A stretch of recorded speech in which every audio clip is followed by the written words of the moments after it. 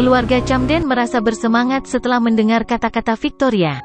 Hahaha, Jordan, kamu tidak berguna. Sekarang kamu bahkan tidak bisa menjadi pengawal. Di masa depan, tidak akan ada lagi kesempatan bagi Anda untuk bertahan hidup di Orlando. Hahaha, Drew tertawa terbahak-bahak. Meskipun Hailey mengasihani Jordan, dia tetap mengangkat kepalanya dengan arogan dan diam-diam berpikir. Ini semua salahmu, kamu harus tahan dengan semua yang telah aku lakukan padamu. Namun, Jordan tetap tenang dan tenang. Dia bertanya kepada Victoria, Nona Clarke, bolehkah saya bertanya apakah kata-kata Anda barusan mewakili Anda sebagai individu atau S Corporation? Victoria melipat tangannya dan berkata, tentu saja saya mewakili keduanya.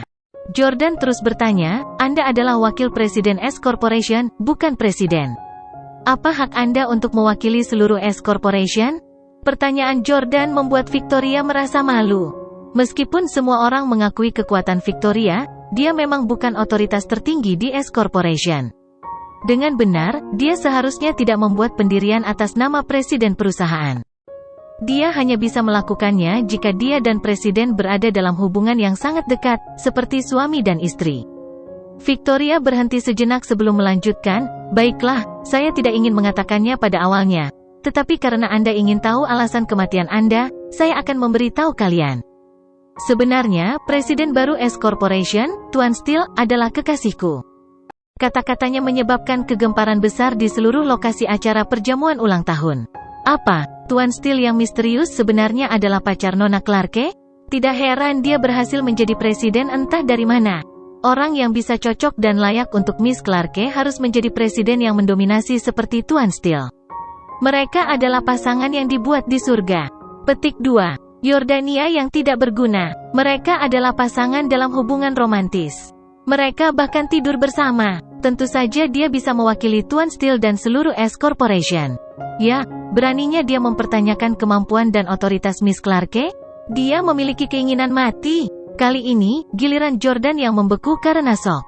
Sialan, sejak kapan aku menjadi kekasihmu, Victoria? Apakah kamu tidak malu memanggilku pacarmu di depanku? Pada saat ini, Camden adalah yang paling bersemangat. Herman berkata dengan penuh semangat, Nona Clarke, mengapa Anda tidak segera mengungkapkan bahwa Presiden baru Mer Steele adalah kekasih Anda? Karena dia pacarmu, kami lega sekarang. Benedict juga datang dan berkata, ya, Nona Clarke, Anda harus berbicara dengan Tuan Steele tentang kontrak itu. Keluarga Camden telah menyuap Victoria. Karena Presiden Mer Steele adalah kekasih Victoria, mereka menganggap bahwa investasi $70 juta akan menjadi taruhan yang pasti. Victoria berkata, pacar saya sangat perhatian dan serius dalam hal bekerja. Dia selalu menarik garis yang jelas antara pekerjaan dan kehidupan pribadi. Dia tidak suka membawa romansa ke kantor. Jadi, saya harap Anda dapat membantu saya menjaga rahasia ini. Jordan tidak bisa menahan diri untuk tidak merasakan dorongan untuk tertawa. Kamu menemukan alasan yang lemah setelah kamu selesai membual karena kamu takut orang lain akan membocorkan ini. Setelah mengatakan itu, Victoria memandang Jordan dan bertanya, apalagi yang harus kamu katakan? Tidak mau mengeksposnya, Jordan menahan tawanya dan bertanya, saya mendengar bahwa Tuan Steele tidak hanya memiliki kekayaan yang sangat besar tetapi juga sangat tampan, bahkan lebih dari selebriti. Dia juga mahir dalam musik, catur, sastra, dan seni. Nona Clarke, Anda mungkin cantik, tapi saya ragu Mer Steele akan menyukai Anda. Victoria berpunuk dengan dingin. Orang-orang luar biasa selalu tertarik satu sama lain. Mer Steele juga jatuh cinta padaku pada pandangan pertama. Dia bahkan memesan seluruh pulau di Asia Tenggara dan mengadakan upacara besar untuk mengaku padaku dan memintaku menjadi pacarnya. Gadis-gadis di ruangan itu semua hijau karena iri ketika mereka mendengar itu. Tercengang, Jordan menatap Victoria, berpikir dalam hati, wanita ini benar-benar pandai mengarang. Jordan tersenyum dan menggelengkan kepalanya. Miss Clarke, karena Anda sangat dekat dengan Tuan Steele, saya tidak punya apa-apa untuk dikatakan. Nyonya tua Camden tersenyum dan berkata, terima kasih semua telah melakukan kebaikan ini atas nama saya. Drew berjalan menuju Orlando lagi. Haha, tidak ada gunanya, kamu tidak akan lagi memiliki pijakan di Orlando mulai sekarang. Berkemas dan tersesat dari Orlando, haha. Petik 2. Jordan mengabaikan Drew dan hanya menatap Hailey. Ayo pergi ke kantor pengacara sekarang. Tentu. Melihat masyarakat kelas atas Orlando telah memboikot Jordan, dia tahu bahwa itu sudah berakhir untuknya dan ingin memutuskan hubungan dengannya sesegera mungkin. Tunggu sebentar. Nyonya Camden tua tiba-tiba angkat bicara dan melihat jam yang tergantung di dinding di lobi. Waktu sudah menunjukkan pukul 12. Nyonya Camden tua berkata, ini tepat jam 12 siang. Perjamuan ulang tahun telah resmi dimulai. Makanlah sesuatu sebelum kamu pergi. Ya, Hailey tahu bahwa Nyonya Camden tua adalah orang yang sangat tradisional. Karenanya, dia tidak bisa pergi kemanapun karena sudah waktunya makan. Selain itu adalah pesta ulang tahun ke-80 Nyonya Camden tua, dan karenanya, mereka harus mengikuti aturan. Drew menunjuk ke pintu masuk aula dan berkata, Jordan, tersesat dan tunggu di luar. Hailey akan pergi ke kantor pengacara bersamamu setelah dia selesai makan. Namun, pada saat ini, Nyonya tua Camden tiba-tiba berkata, Jordan, kamu bisa tinggal dan makan bersama kami. Drew berseru kaget, Nenek, mengapa kamu membiarkan dia tinggal? Dia tidak layak. Jordan juga sedikit terkejut. Nyonya tua Camden berkata, karena perceraian belum selesai, dia masih anggota Camden, dan karenanya, saya wajib memberinya makan. Sedetik yang lalu, Nyonya tua Camden baru saja menghasut tokoh-tokoh berpengaruh Orlando untuk memastikan bahwa Jordan tidak akan memiliki mata pencaharian di masa depan. Detik berikutnya, dia memintanya untuk tinggal untuk makan siang. Hal itu membuat banyak orang bingung dengan perilakunya. Namun, Victoria tahu betapa cerdasnya gerakan Nyonya Camden tua, dan ada sedikit kekaguman di matanya. Apakah itu wortel dan tongkat? Itu jelas tidak sesederhana itu. Nyonya Camden tua baru saja membangun dominasinya, dan dia memotong jalan masa depan Jordan karena dia telah memukuli cucunya. Dia mengizinkan Jordan untuk menghadiri pesta ulang tahun karena dia masih menantu Camdens. Karena dia masih suami cucunya, dia harus mematuhi aturan dan tinggal di jamuan makan. Jordan tidak membantah dan hanya duduk bersama di meja yang sama dengan Hailey, Drew, dan cucu-cucu Nyonya tua Camden lainnya. Pasti ada banyak kamar pribadi mewah di hotel. Tetap saja, Nyonya Camden tua lebih suka perjamuan itu hidup dan diatur agar diadakan di aula besar. Drew memandang Jordan, yang duduk di sampingnya dan sangat marah. Jordan, makanan ini adalah makanan terakhir yang bisa Anda nikmati di Orlando. Anda sebaiknya makan lebih banyak selagi bisa karena Anda mungkin tidak akan mampu membeli roti kukus di masa depan. Hahaha, adik perempuan Drew, Elle, juga menimpali, saudaraku, kamu melebih-lebihkan. Bagaimana dia bisa tidak membeli roti kukus? Dia bisa saja menjadi pengemis. Drew tertawa terbahak-bahak, kakakku benar, Anda bisa menjadi pengemis. Kami akan mengizinkanmu menjadi pengemis, hahaha. Jordan sudah lama terbiasa dengan ejekan Drew dan karenanya, tidak merasa banyak saat ini. Namun, seruan tiba-tiba Elle membuat Jordan meliriknya. Elle adalah sepupu ipar Jordan. Meskipun dia tidak secantik Hailey, dia dikenal karena sosoknya yang fantastis di Orlando. Karena permusuhan antara Hailey dan Elle, Jordan jarang berinteraksi dengan Elle. Melihat Jordan terdiam setelah dia mengejeknya, Drew mengambil segelas anggur dan berjalan menuju Ryan yang duduk di sampingnya. Dun, terima kasih banyak atas apa yang telah kamu lakukan hari ini. Adegan Anda membuat Jordan menanggalkan pakaian di luar sana terlalu klasik. Seolah-olah Anda sedang mendisiplinkan seekor anjing. Petik 2. Ryan tersenyum dan mendentingkan gelas dengan Drew. Camden, kamu terlalu sopan.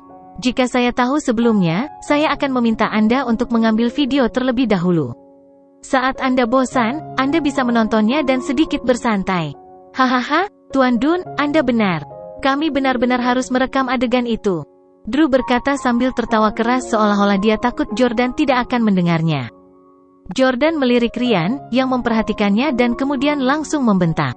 Apa yang kamu lihat? Jika Anda berani melamar pekerjaan di perusahaan pengiriman saya di masa depan, saya akan mematahkan kaki Anda. Mata Jordan penuh dengan niat membunuh. Ia merasa harus segera menyingkirkan Ryan. Jordan mengangkat telepon dan menelepon kepala pelayan keluarga Steele, Butler Frank. Kakek Jordan secara khusus mengatur agar Butler Frank membantu Jordan dalam misinya. Sebelumnya, dialah yang memberitahu Jordan bahwa misi menjadi menantu yang tinggal di rumah telah berakhir dan dia dapat mengambil peran sebagai Presiden S Corporation.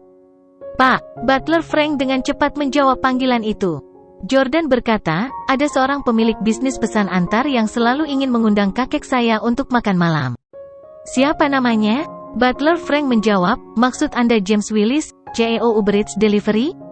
Orlando berkata, ya, dia. Hubungi dia dan katakan padanya untuk mencabut proksi Orlando dari Uber Eats Delivery. Hailey dan Elle, yang duduk di meja yang sama dengan Jordan dan Ryan, Victoria, dan yang lainnya di meja berikut semuanya tercengang ketika mereka mendengar kata-katanya. Butler Frank berkata, oke, dia selalu ingin mengenal Tuan Steele Senior. Pasti akan menyenangkan dia untuk melaksanakan instruksi Anda. Sebenarnya, dia sekarang bernilai lebih dari 10 miliar dolar dan memenuhi syarat untuk makan dengan Tuan Steele Senior. Petik 2.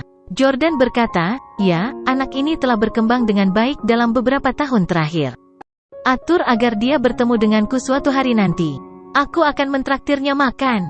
Setelah mengatakan itu, Jordan menutup telepon. Terjadi keheningan sejenak di tempat tersebut. Sesaat kemudian, hahaha.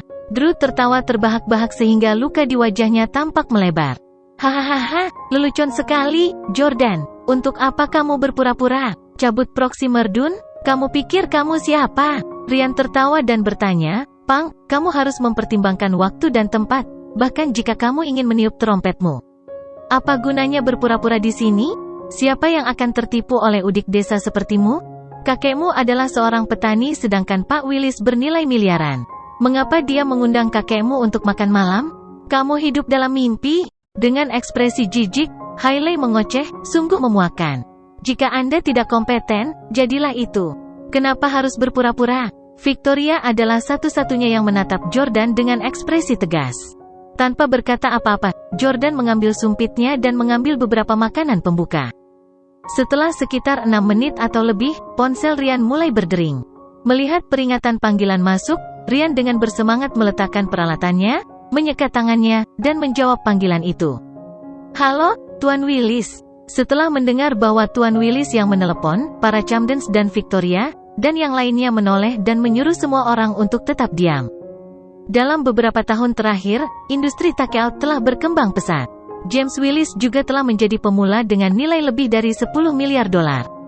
Orang-orang yang hadir semuanya adalah tokoh kaya Orlando yang ingin memanfaatkan Ryan untuk berteman dengan James. Ryan berkata dengan penuh semangat, Tuan Willis, saya baru saja berencana menelepon Anda dalam 2 hari ke depan untuk membahas pembaruan kontrak. Petik 2. James berkata, saya secara khusus menelepon untuk memberitahu Anda bahwa proksi Anda di Orlando telah dicabut. Wajah Ryan langsung memucat. Namun, semua tamu perjamuan menatapnya, terutama Victoria cantik yang berada tepat di sampingnya. Saya tidak bisa panik, saya tidak bisa membiarkan mereka melihat sesuatu yang mencurigakan. Ryan memaksakan senyum dan berkata, haha, terima kasih Pak Willis.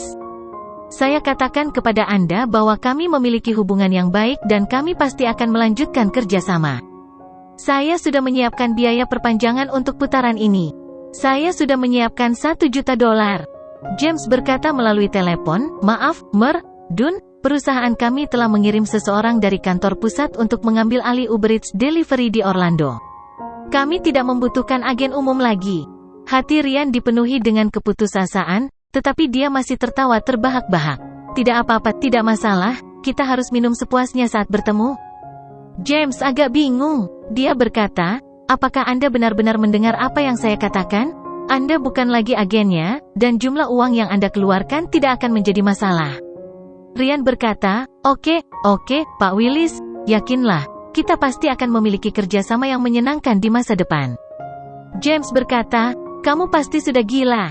Anda tidak membalas apa yang saya katakan? Bagaimanapun, ketika kontrak agensi berakhir bulan depan, markas akan mengirim seseorang untuk mengambil alih. Itu saja yang harus saya katakan, selamat tinggal.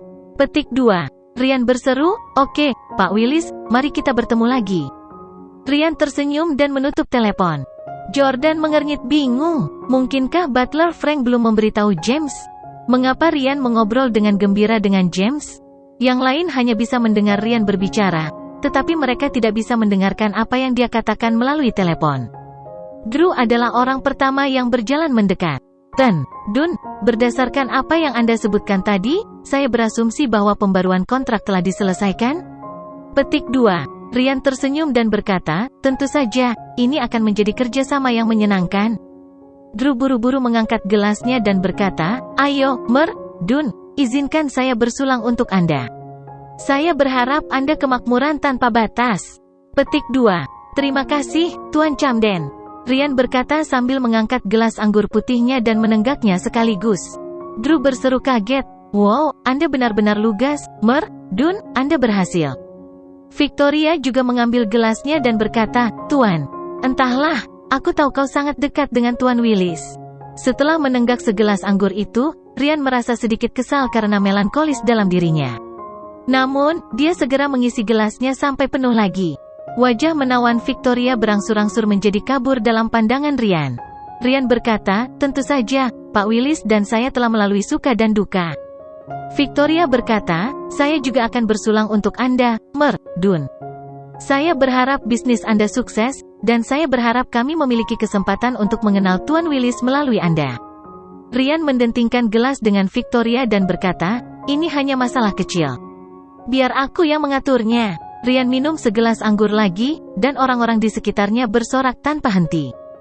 "Dun, kamu benar-benar bisa menahan minuman kerasmu dengan baik.